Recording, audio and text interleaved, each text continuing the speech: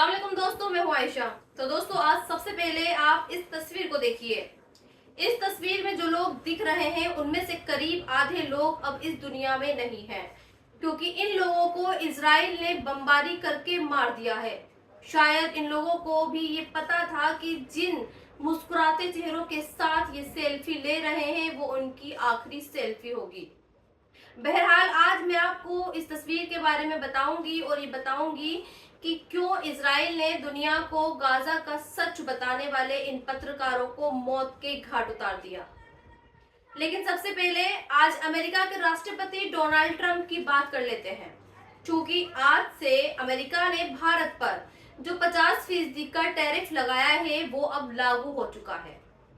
लिहाजा होना तो ये चाहिए था कि अमेरिका का राष्ट्रपति भारत पर लगाए गए टैरिफ के बारे में कुछ बात करता, लेकिन जब डोनाल्ड ट्रंप प्रेस कॉन्फ्रेंस करने के लिए आए तो उन्होंने अपना वही पुराना रिकॉर्ड फिर से बजाया और ये कहा कि उन्होंने भारत और पाकिस्तान के नेताओं को फोन किया और ये कहा कि तुम लोग लड़ोगे तो मैं तुम्हारे देशों के साथ कोई डील नहीं करूंगा, ना कोई कारोबार करूंगा। ट्रंप ने यह भी कहा कि भारत और पाकिस्तान के नेता गिड़गिड़ाने लगे और ये कहने लगे कि ऐसा मत करो, हम युद्ध बंद कर देते हैं, पर हमारे साथ कारोबार करना बंद मत करना। लेकिन आज मैं डोनाल्ड ट्रंप को एक और हकीकत बताती हूँ जो शायद अमेरिका का ये राष्ट्रपति कभी नहीं बताएगा और ना ही कहीं ये एक्सेप्ट करेगा कि हमारे देश के प्रधानमंत्री नरेंद्र मोदी ने ट्रंप के आगे हाथ नहीं जोड़े, बल्कि ट्रंप को करारा जवाब दिया। जर्मन की एक मैगजीन है FAZ। इस मैगजीन ने ये खुलासा किया है कि टैरिफ को लेकर ट्रंप ने पीएम मोदी को 3 बार फोन किया और तीनों बार ही मोदी ने ट्रंप का फोन नहीं उठाया। मोदी ने ट्रंप से फोन पर बात करने से मना कर दिया और ये बात जर्मनी की एक मैगजीन कह रही है। और हाँ, इस मैगजीन की बातों में सच्चाई इसलिए भी नजर आती है क्योंकि व्हाइट हाउस की तरफ से इस मैगजीन की इस खबर पर ना तो कोई रिएक्शन आया और ना ही इसका डिनायल आया है। अब आप इसी से अंदाजा लगा सकते हैं कि ट्रंप जो बार बार ये कहते हैं कि उन्होंने ट्रेड की धमकी देकर भारत को पाकिस्तान के खिलाफ युद्ध करने से रोक दिया और उनको कितना मजबूर किया।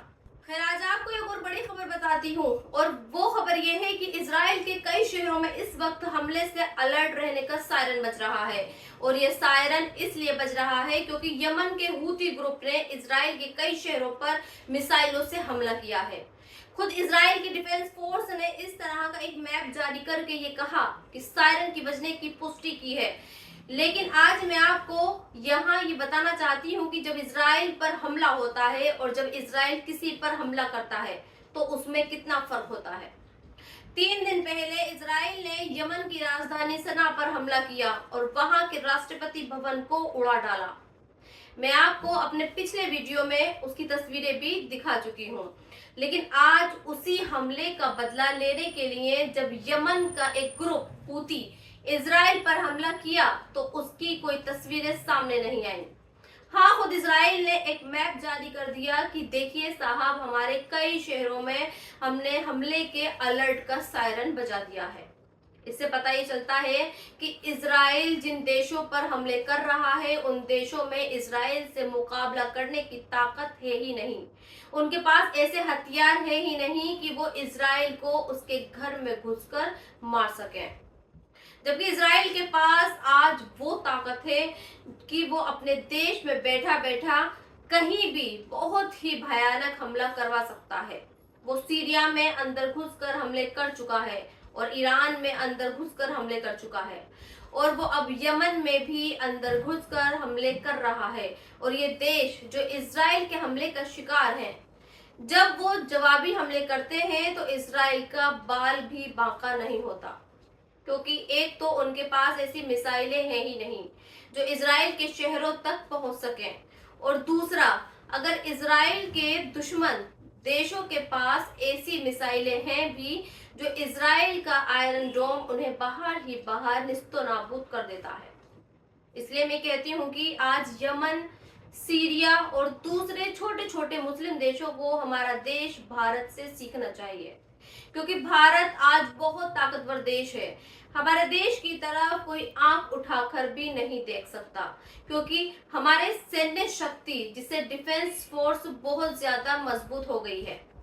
कल ही हमारे देश ने समुद्र में 2 वॉरशिप उदयगिरी और हिमगिरी खड़े किए हैं, और ये जानते हैं ये वॉरशिप क्या कर सकते हैं और इनसे भारत की ताकत कितनी बढ़ गई है।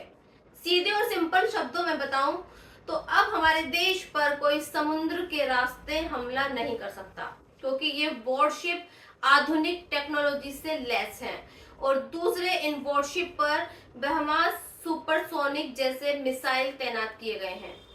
भारत के पास अपने खुद के 293 वॉरशिप हैं, और आपको और भी बता दूं कि जो पाकिस्तान भारत को न्यूक्लियर अटैक की धमकी देता है,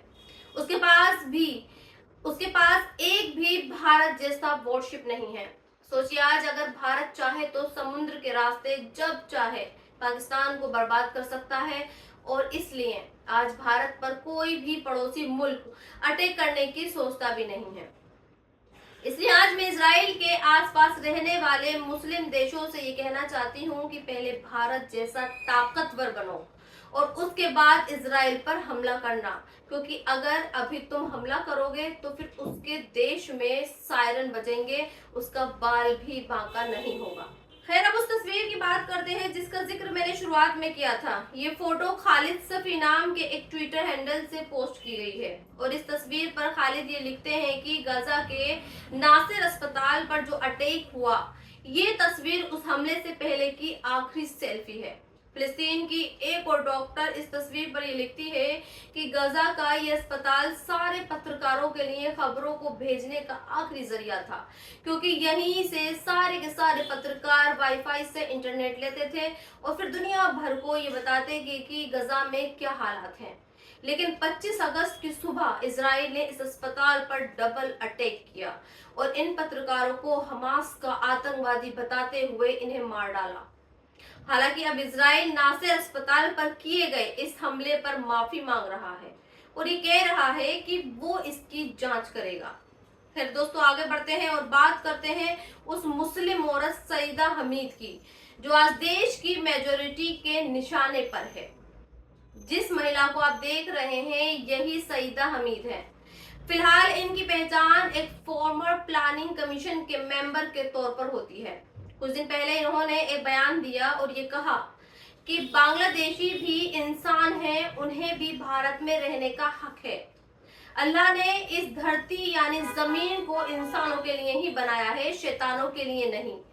बस फिर क्या था, देश की मेजोरिटी हमीदा के पीछे ही पड़ गई और एक बहुत बड़े केंद्रीय मंत्री किरेन रिजिजू ने ये कहा कि सईदा हमीद इंसानियत के नाम पर गुमराह कर रही है और हमारे देश में कोई भी घुसपैठिया नहीं रह सकता। लिहाजा आज फिर सईदा हमीद को अपनी सफाई देनी पड़ी है और बड़े ही दुखी मन से उन्होंने जो कहा वो आज आपको सुनना चाहिए, क्योंकि इस वक्त सबसे ज्यादा असम में घुसपैठियों का मामला चल रहा है और वहां रहने वाले भारतीय मुसलमानों को बांग्लादेशी घुसपैठिए बताकर भगाया जा रहा है। लिहाजा सईदा असम का जिक्र करती है और कहती है, असम का मेरा अनुभव सबसे खूबसूरत रहा है। मैं असम के हर कोने में गई हूँ, लेकिन मुझे कभी इस बात का एहसास ही नहीं हुआ कि मैं एक मुसलमान हूँ और एक औरत हूँ। लेकिन अब अचानक मेरा नाम पूरे भारत में चर्चा में है। बांग्लादेशी अब एक गाली जैसा शब्द बन गया है, ये अब एक डरावना शब्द बन गया है। अगर कुछ बांग्लादेशी लोग आ भी गए तो बैठिए, बात कीजिए और उन्हें सम्मान पूर्वक वापस भेजिए। सोचने वाली बात यह है कि सईदा इंसानियत के नाते ये सब कह रही है। वैसे यहाँ मैं आपको और भी बता दूं कि हमारे देश में बांग्लादेशियों से नहीं बल्कि मुस्लिम बांग्लादेशियों से एतराज है।